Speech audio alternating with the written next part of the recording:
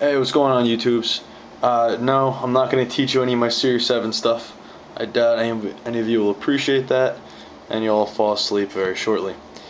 I finished stropping, sandpapering, whatever you want to call it. Good thing I did turn the camera off, because it took me about 30 minutes. You know, it did take me a while. But I'm here because I kind of want to show you I got a slightly mirror polished edge. You know, it definitely did take longer with S30V than the other stuff, but you know, it did polish, it did work. Now, this isn't as sharp as I'd like it to be. You know, this isn't gonna like shred, you know, this isn't gonna slice toilet paper or, you know, anything weak like that. You know, anything very thin and slim and weak, this will have a problem with still. Probably because you know, my technique's not perfect. And not to put blame on anything else, but also I believe that the grind was fairly uneven. You know, it's kind of hard to show you this mirror polish or slight mirror polish because one, it's a very steep edge. I don't know what they grind it at, but it's very steep. You know, if I had you know, if you had a polished edge Spyderco, you know, you could probably read this entire word in the blade. Then the tip is even more of a steep edge. It's almost a cliff. You know, which, I mean, for what Strider makes these for, you know, they're supposed to be tough, stand up to anything.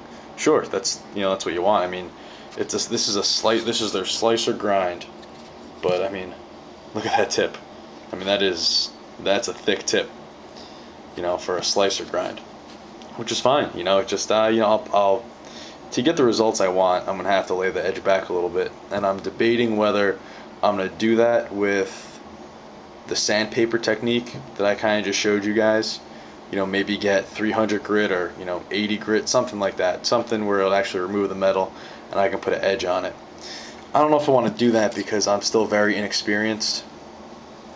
You know, even though this is a steep edge, you know, it's a high degree, I should be able to get this, you know, easily shaving sharp, be able to slice, you know, thin paper, magazine paper, newspaper.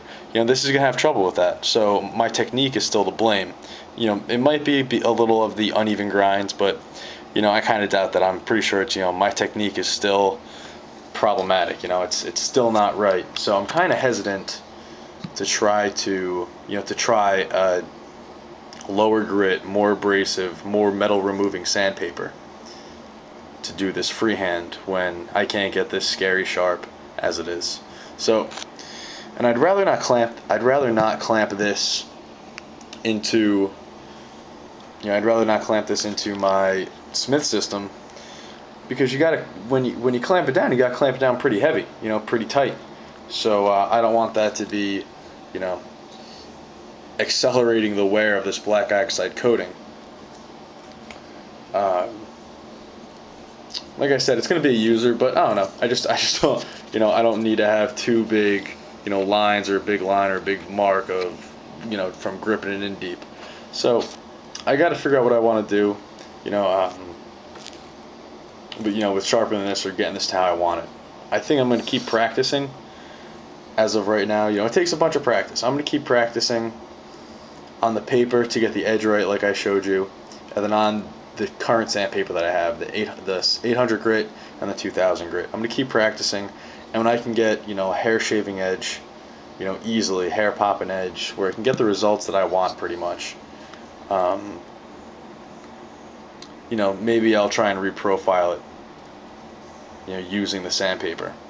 If not, you know, I might just ship it out and have somebody that knows what they're doing sharpen this thing, lay back the edge a little bit, and so I can get the results I want and carry this a lot. I mean, I have been carrying it for the, you know, the past week, but you know, just get the, you know, sharpness results that I want.